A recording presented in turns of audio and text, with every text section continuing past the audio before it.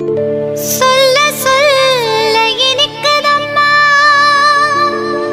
உந்தன் பல கோடி பெயரம்மா,